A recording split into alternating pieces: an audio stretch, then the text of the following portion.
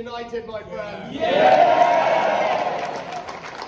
Let's think. It was just the other day when Keir Starmer was saying that Jeremy Corbyn would have been a better Prime Minister than Boris. Can you imagine what that would have meant for Ukraine?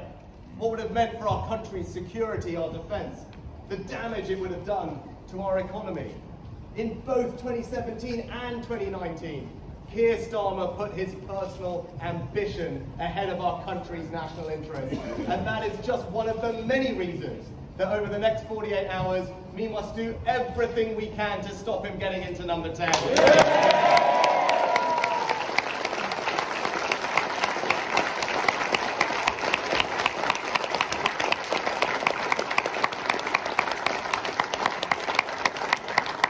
Boris is right to say now is the time for all Conservatives to come together to deny Labour that supermajority that Keir Starmer craves.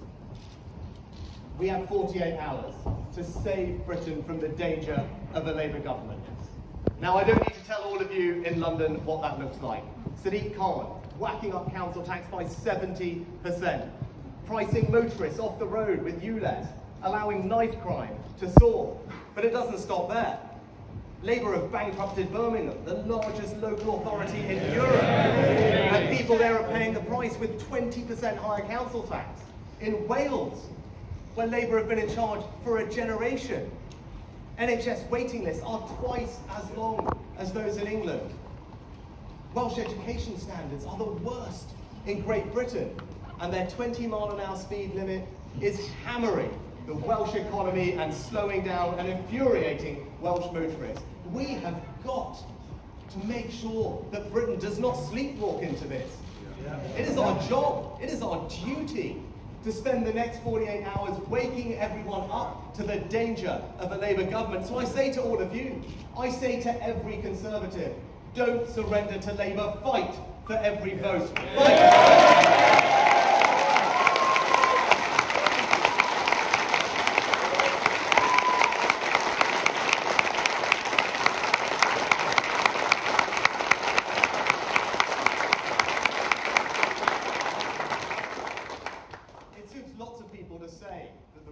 This election is a foregone conclusion, but I know that it is not. Just 130,000 people switching their vote, giving us their support, is what it will take to deny Labour that supermajority they want. Every single vote matters, and that is why I know you are tired, I know you have worked hard, but we have got to give it one more push.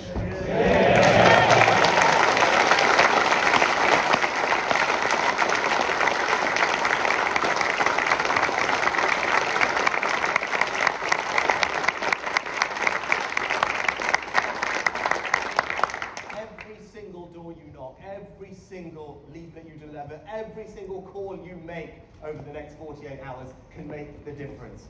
So I ask all of you here in London, get out to Chingford to support the great Ian Duncan Smith.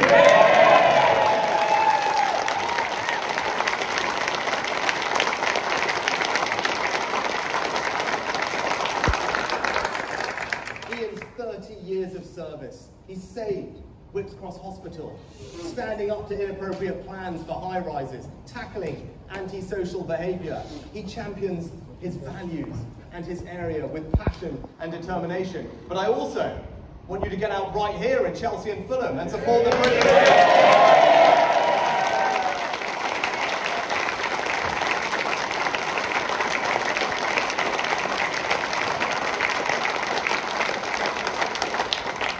Nobody will work harder for this area than Greg. Already he's made sure that Charing Cross Hospital is getting rebuilt.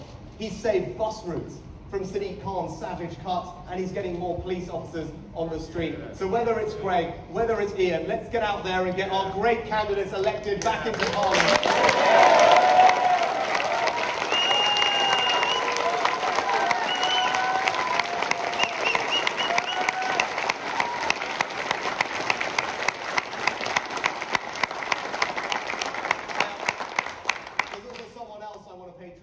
Someone who has served not just our party, but our country with distinction. David, it's fantastic to have you here.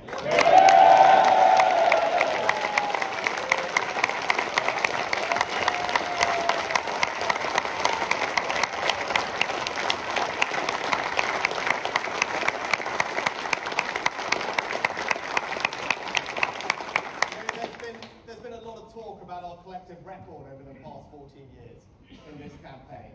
But I'll tell you this, in 2010, starting with David's leadership, we rescued this country from Labour's bankruptcy.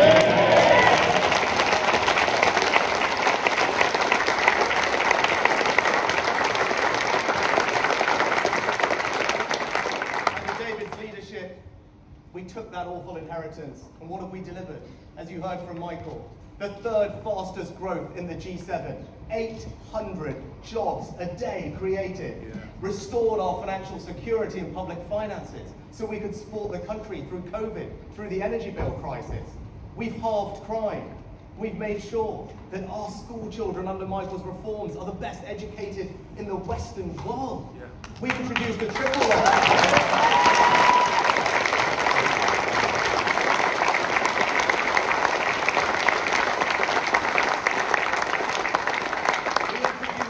lock to protect pensioners. We reduced pensioner poverty. We reduced child poverty. We reduced absolute poverty. We made sure that we were the single biggest defense power in Europe. We supported Ukraine. We had the fastest vaccine rollout in Europe. We stood up for our values and our allies around the world, and we got Brexit done. I don't know about you.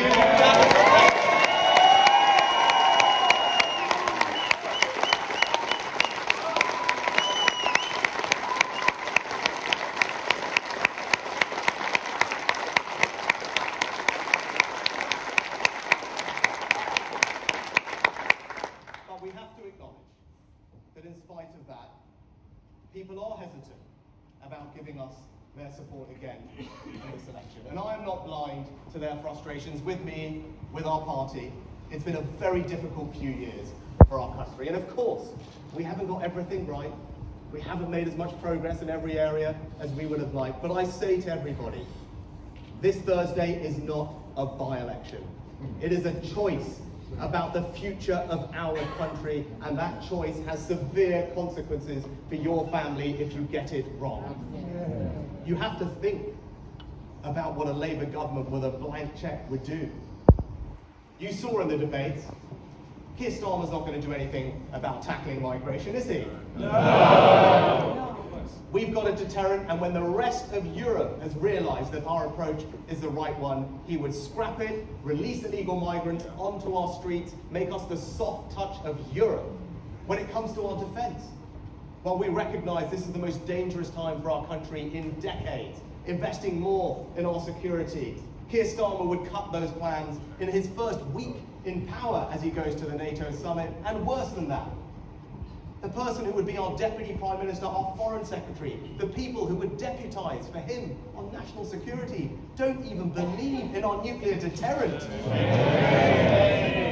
When it comes to our energy security, they will be in hock to ideological environmental extremists, making us more reliant on foreign energy and saddling people with thousands of pounds of bills.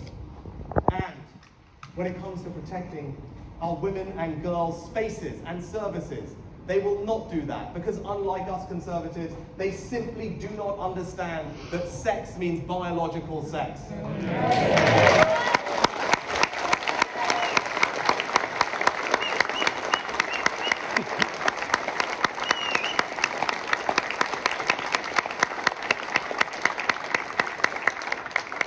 we also know that they would raise everyone's taxes. They would raise them by thousands of pounds. Your car, your pension, your savings, your home, your work, your business, you name it, they will tax it. It's in their DNA. Why? Because they're socialists. And they believe that your hard-earned money belongs to them.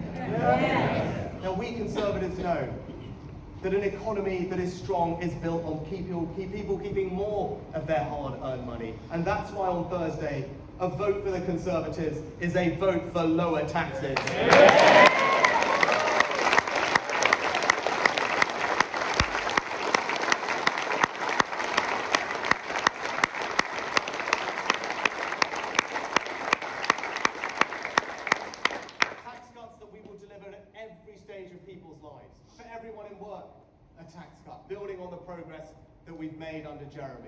making sure that everyone's hard work is rewarded.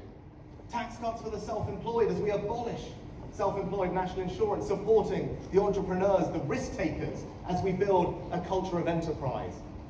Tax cuts for young couples buying their first home so that everyone can fulfill that aspiration of home ownership.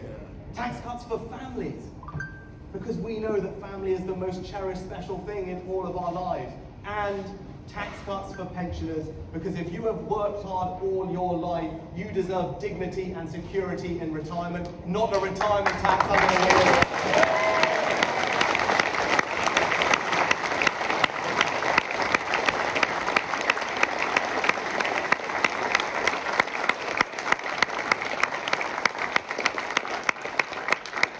So be in no doubt, a vote for the Conservatives is a vote for tax cuts on Thursday. We want Rishi.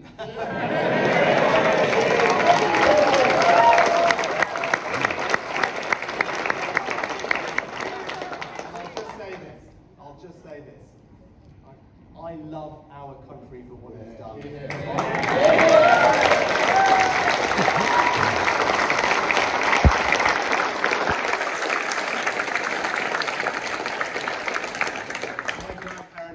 With very little, and 2 generations then later, I stand here with the enormous privilege of being not just having been your Chancellor, but being your Prime Minister. My story would not be possible in any other country.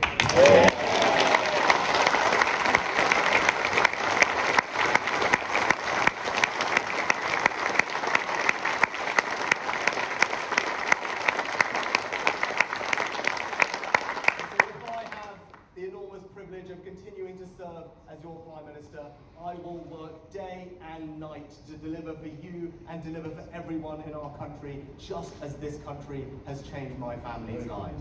But as we come to the end of this election, our message is clear. It is only our Conservative Party that can deliver the financial security that families need with tax cuts. It is only our Conservative Party that shares people's values of hard work, of aspiration, of opportunity, of security. It is only our Conservative Party that will stand up for everyone. So I say this again, do not surrender to Labour. Let's get out there and fight for every vote. Let's fight for